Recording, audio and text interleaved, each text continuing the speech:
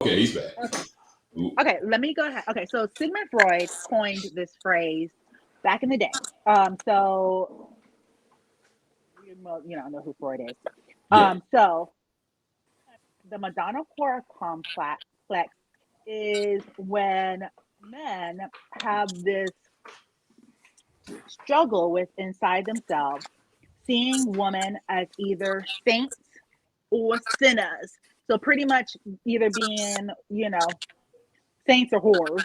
Gotcha. Loving the first because gotta have a lady in the street, but because they only see her as a saint and kind of Freud was like, okay, maybe just sees her like their mother. So she's like a good girl and she's the one that you want on your arm because she presents you well. Mhm. However, you don't really want her outside of that because you really desire the second. You want that freaking cheat sheet. You know what I'm saying? And you don't know how to combine them both. So whenever you have like a good girl, there's something in you that automatically doesn't want her because she reminds you of your mother or a family member. And so you don't have Okay. any sexual connection to her. So Freud says where such men love, they have no desire, and where they desire, they cannot love. So you can want Mm. to bang someone, but never ever love her because you don't know how to combine the essence of a woman's sexuality with her morality. Got it. And so a lot of men, and I have dealt with this mainly because of the size of my chest, honestly, because Them titties. guys see me and they automatically Tatas. have a sexual connotation. And just being real, not being funny, Mm-hmm, a mm-hmm. sexual connotation with breast. You know what I'm saying? So they see me as that. So they don't, and then they're like, okay, well, you're a good girl too. It's in essence why I insisted on being a virgin because I was attracted. I mean, not attracted. It's like men from when I was 12, 13, grown ass men would approach me, for sex, for physical attraction all the time. And so it was like, I didn't want to be a whore, I didn't want to be known as a hoe. So I was just like, went like so totally good girl. But nobody really wants the good girl all the time until they're ready to get married. And then, we can have a good girl. But once you get that good girl, well, you still want to bang the bad chick, you know, and therein lies a lot of relationship issues. So it's Mm-hmm, like a woman's mm-hmm. sexuality is never embraced as marriage material. That's why you got the phrase, you can't make a hoe into a housewife, Mm-hmm. things like that. So you're still, it's pretty much known that that's still something that men kind of deal with and that it impacts relationships. So it's like you get a bad chick, but when she starts to behave, then you don't want her anymore. I dealt with that in my second marriage because, what I'm saying? I was at the height of, I went through this stage after my first divorce where I was like, if a man can do it, I can do it better. So I did a whole bunch of things that probably I shouldn't have done, but I was really bold, with it. If I wanted a man, like that was the man I Mm-hmm. was gonna get. Like when me Mm-hmm. and my girls would Mm-hmm. walk in someone, I'd be like, that one is mine. I don't care what y'all do, but don't go over there because that's for me. Got it. And that is what I was gonna get. But we got together, and then like of course, had the baby, and after a few years, he's like, what happened to that bad chick? And I'm like, the bad chick is still here. I just have to deal with your bullshit, and I Your can't be a insecurities and bad shit. bitch Yeah, yeah, when yeah, I'm yeah. cleaning up, what you You got going believe all the this time. is That's a thing what for a lot of guys. you think Yes, so? yes, yes, yes. You think most guys? A lot of guys, yeah. I had the problem because there was another, like, I had to get past because, like, we wanted to have like rough, dirty, like stuff, and I felt bad for like being like how I would in the bedroom to her because I felt bad about doing like how I would, you know what I mean? Not saying I always, am like that, but when you have like rough intercourse, whatever it is going to be, you know what I mean? We got you. Yeah. Okay. Sorry. All right. Cool. I felt bad about doing it. Why Because would you you feel felt bad? that she was a lady and she was too nice to be Yeah, I felt like I was nasty. degrading her. I didn't want to I mean, disrespect her. did you take it? If you didn't take it, then you shouldn't feel bad. No, I took it. What? Oh. I took that shit. All Oh, right. never mind. Whatever you're talking about, I took it. We're getting into this. I takes that shit. All I'm saying is there ain't no Jesus without Rahab. Take that. Yeah, well, I got past it. You know what I'm saying? Because like we talked about it. It helped to talk about it and not be and not address it or whatever. Mm. But I was able to be able to choke her and spit in her mouth again or no, I'm just kidding. But no, seriously.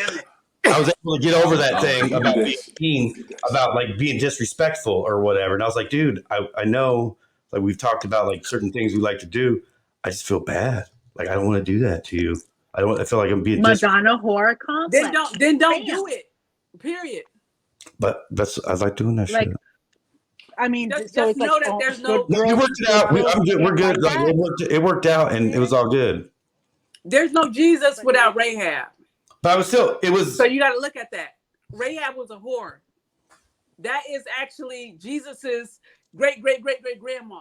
Do you understand that there would not be no Jesus without Rahab? I don't want to bring Jesus into my sex life. All I'm saying is that everything is connected. Everything is connected. No. Everything is connected. So don't look at one thing as Jesus is not connected to my sex life. A lot of men are raised in that capacity, but in reality, even just saying that's why I don't like religion. I don't like. I take some aspects of it, and that's good for me, and move forward with it. But that's what makes people confused and conflicted and twisted, because now let's go. Like I've been raised in a Baptist church situation types or evangelic, whatever that. It's a couple of them. But my thing is this. We're taught to look at people and judge, but that's the wrong thing to do. It's the wrong thing to do because the same thing that we want from this woman, right? If it wasn't for her, we wouldn't be able to have these experiences. So it's nobody's worse in this whole situation. The point is, you can't judge a woman for something that you wanted, or you asked for, or you got. Like, you meet somebody you have a one night stand with somebody, right? And then they go, yo, she a hoe, she blah blah blah blah. Then what are you? A hoe? You see what I'm saying? Exactly. So yeah. When that happened, when that realization came to me as a teenager, like I don't care who it was, my friend, my father, my uncle, whoever. We had conversations about this. I said, because without her, we be all our dreams, goals, and aspirations and things like that are not coming true. So why would you degrade for somebody with something that you wanted to do? That's your deep down, dark, hurt secret, whatever that is. That's your fetish. But I'm not going to put that on her and you make her feel bad for something that you did or she did with somebody else. Like, we all in this boat together, for real. So I just don't do it. I don't get into it. I don't touch it like that. I don't judge nobody. I just hope that everybody is good and healed with that. I don't play that at all. You can't judge nobody because guess what? As soon as you judge somebody, you're going to be met with that same situation. Yeah, I'm sure it exists in some guys. My biggest thing is, what's the issue with it? If we're going to go to the extreme with it, the Madonna Whore Complex, who wants to have a whore for somebody they want to be with? Who doesn't want to be with Madonna? But that is not the majority of men. I don't think they have a Madonna Whore Complex. I've seen it explained. What I read about is, yes, is somebody that is promiscuous, and they want them while they're in a marriage with a wife that is not as promiscuous, if you want to call it that, or not as sexually active. So they would marry the chick that has less of a body count, if we want to call it that, and at some point during the marriage, I guess, wants to go and be with the person who is promiscuous, is getting a bunch of men and stuff. My problem with this is, what's wrong with that? Why would I want to marry someone who is sexually irresponsible. And that's going on both ends. Let's just say it comes from the women's end. You heard the basketball player, I'm sure, that's married to Khloe Kardashian, Tristan Thompson. Tristan Thomas. Oh my Mhm. gosh. Right. He would probably be labeled a whore to most women. And he had at least, I think, 4 or 5 baby mamas. He slept around. Who would want to have marriage with him when you know you can't trust him and he's spreading his seed everywhere? The same way I would not want someone who's sexually promiscuous or irresponsible going around being with different guys. I want somebody who's going to be at home and just be for me. I don't want what you would call a whore. But the thing is, I think that is going to the extreme. They almost explained it from what I've read. This is like a woman is just not really into sex like that. That's how I've seen most of the explanation. And the guy's like, okay, I'm cool with it. You know, she represents me. She represents my brand. She's just not as sexually active as the woman out there, the whore, if they want to call it. I'll marry her and take her home. There's not a guy in here, I think today, at least in today's world, that cares if she's a virgin or not. No, I don't think nobody's really checking for a virgin. A high sex count? Sure. A woman to go sleep with 100 guys? No, I wouldn't be proud of that. What's a high number to you? But so why would we be proud? What's a high number? A high number? I don't know, 40, 50? It depends on her age too, I guess too. If she's like 20 years old, Okay, so I'm 42. Then That would be too high for Then me. say that. Of course I would Then want say that 200. on your second date. What? Period. Say that on your second date. Say that on my second date? That's what you do.